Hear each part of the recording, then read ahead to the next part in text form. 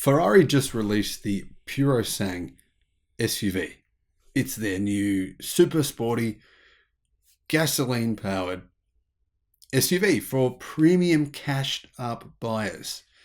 But Lotus, who are now owned primarily by Geely, have released the Eletre SUV. It's fully electric, and honestly, it smokes the Ferrari Purosangue, and it's much, much cheaper.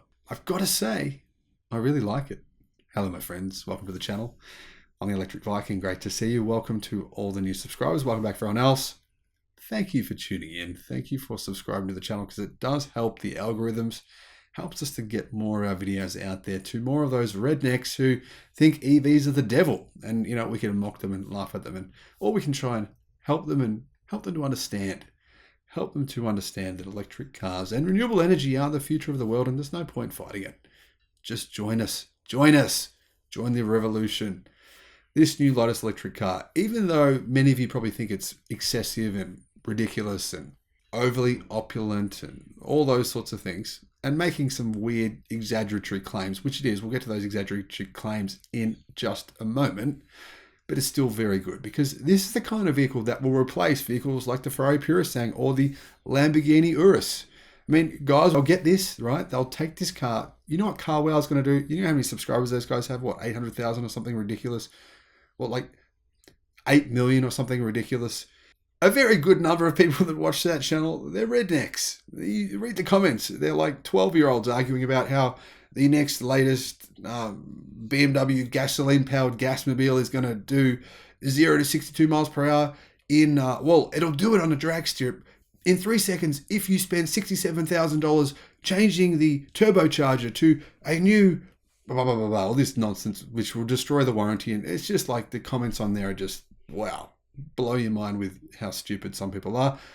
My point is, right, they're going to show this new Lotus on CarWow, and it's going to smoke the competition from Aston Martin, right? Aston Martin's new SUV, premium SUV.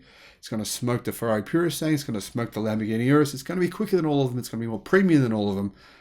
And then those manufacturers are going to go, back to the drawing board for us. Maybe we should have made an electric SUV because it would have been better. Yes. So Lotus, thank you very much. Now, yes, Tesla have the Model X. Slightly different car. However, we need to compare the two in one key metric, right? Because Lotus are making some interesting marketing claims, which are technically true, but a little bit misleading and sort of trickery, I would call it. Trickery. Let's go with that. Lotus say this is the fastest electric SUV, dual motor SUV. In fact, they're saying it's the fastest dual motor SUV. And technically, they're probably right. It'll do under 3 seconds, 0 to 62 miles an hour, or 0 to 100 kilometers an hour, which is crazy for a vehicle this size and this weight. It is crazy. It's awesome, right? I love it. You know, look at the Ford F-150 pickup truck, right? New specs got released. It does under 4 seconds for that size and price of car. It's even better value than this, I've got to say. But anyhow, this thing's awesome as well. And this is a bit misleading. Come on. I mean, I don't like this kind of advertising because they're just trying to trick the average consumer who doesn't understand the fact that the Model X has 3 motors. Therefore, it's a tri-motor vehicle. Kind of positioning to say this is faster when it's not. The Model X is quite a bit faster than this. The Model X Plaid, which is actually a very similar price to this, will do it in around 2.5 seconds. So it's about half a second quicker. But that said, that doesn't make this thing any less awesome. This is awesome as well. And there's no need for us to say the Model X Plaid's better or this is better. That's why I don't think Lotus needed to play that game where they're comparing themselves sort of in a snide way to say we're better when actually you're not. But the truth is, this is an incredibly impressive luxury SUV. It's a different kind of vehicle, I think, to the Model X. The Model X is a lot more practical. You can get it with 7 seats. The interior space is bigger, but this is more of a luxury vehicle. This is more of a premium luxury sporty SUV. And you know what? Tesla doesn't even make Model X Plaids anyway. So what's the price? Well, surprisingly, the price has been released in 3 countries. We've got prices for China, we've got prices for Germany, and we've got prices for the UK. Let's start with the place where they're the most expensive. in the UK. But before I do that, let's have a look at the size. It's 5.1 meters long, 2,135 millimeters wide, and it is 1,630 millimeters tall. Meaning overall, it's actually very similar in size to a Tesla Model X. Of course, it's not built in the same kind of practical shape, so you're going to have less interior space. It does have less interior space, but the overall body size is a very, very similar size to the Tesla Model X. So if you guys have seen one of those, I'm sure many of you have seen one, that gives you an idea of the dimensions of this car. It's not massive, but it's a pretty big car. So the price, it's the most expensive in the UK, which I'm sure you're not surprised. To you guys in the UK, sorry, it is. But that's pretty common for your market, right? You guys, for some reason, pay more for EVs than we seem to in Australia. You guys in the US and everyone else in Europe pays. I don't know why. It's just the way it is, I guess. So the price in the UK is £89,500 for the base model variant. That's about 160,000 Australian dollars, or about 110,000 US dollars. The mid-range variant is £105,000, which is about 187,000 Australian dollars. And the top spec model, the one with this 0 to 62 mile per hour time under 3 seconds, that one costs about £120,000 or 215,000 Australian dollars. So it's a little bit more expensive than a Tesla Model X in the top spec model, if we're comparing the Plaid to the Lotus Eletra's top spec. Now, if you guys are wondering, in Australia, yes, you will get this car. You'll be able to buy it if you're willing to spend a lot of money, that is. Americans, yeah, apparently you're going to be getting it as well.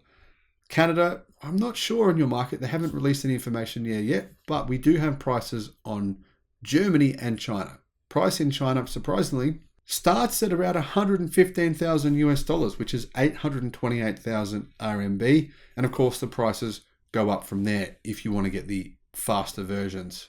Now, the cheapest country you can buy this in is Germany right now, where it costs about 95,000 euros for the base model. So that's the equivalent of about 95,000 US dollars. Obviously, mid-spec models, high-grade model are going to cost more than that.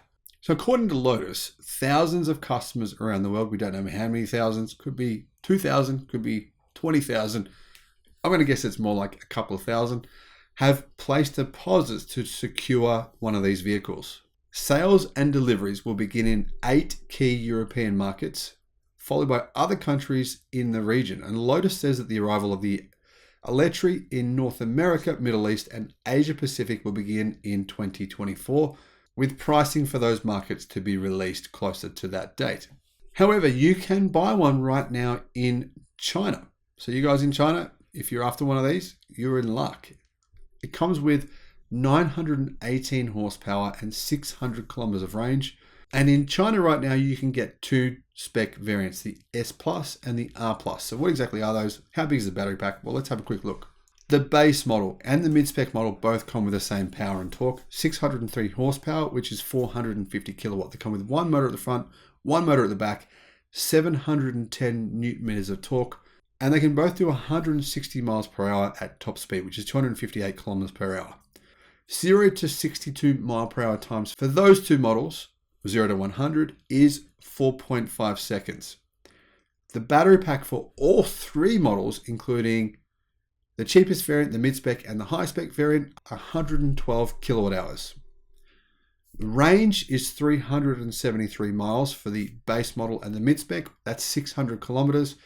And the higher spec with more power, more performance, that gets less range. So it's going to give you 304 miles of range, which is 490 kilometers. So that extra power, it drops off a fair bit. You're getting 110 kilometers less range. So what's the trunk capacity? Well, it's 21.6 cubic feet.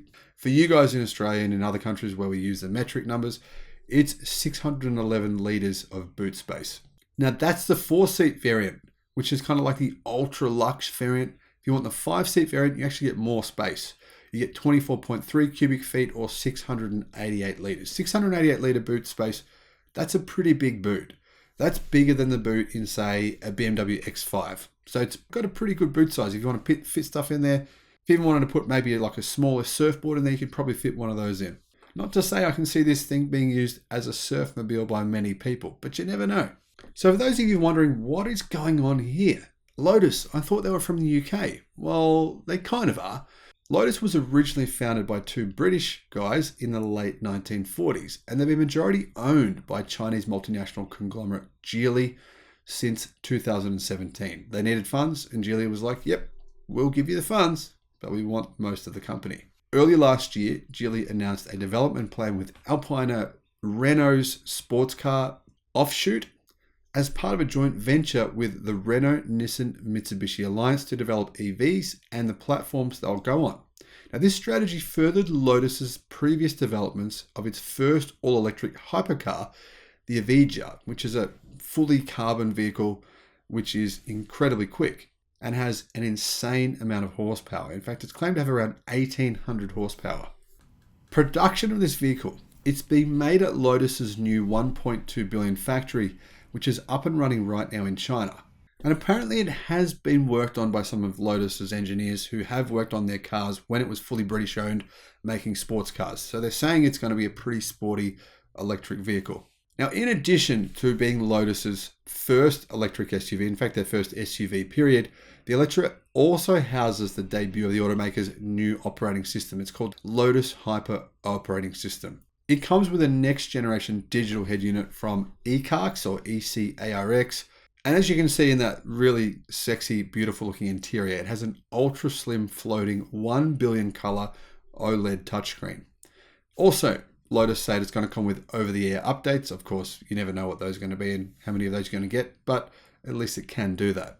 In addition, it has Dolby Atmos and it comes with a KEF speaker system that combines different technologies to give you amazing sound, say Lotus. What are some other features? It comes standard with wireless smartphone charging, as you would expect in a vehicle at this price. Electrically adjustable front seats, 4-zone automatic climate control. The infotainment system, it includes Apple CarPlay and Android Auto, has a 15-speaker audio system and a 15.1-inch digital screen. So that top spec version, 918 horsepower and 985 newton meters. Now, to give you guys some context on the power and torque in this thing, the new Ferrari Purosangue, which has a 6.5 litre V12, has 715 horsepower and 528 pound-feet of torque, which is 715 newton meters. The Eletre, 918 horsepower or 203 horsepower more and 985 newton meters of torque. So 260 newton meters more torque and more than 200 horsepower more. This thing will be insanely fast. And if you think about it, it's actually priced very well in comparison to its direct rivals from Lamborghini, Ferrari, and Aston Martin. I think it's going to be a huge success. Let me know your thoughts in the comments section below. Thanks for watching and have a great day. Bye-bye.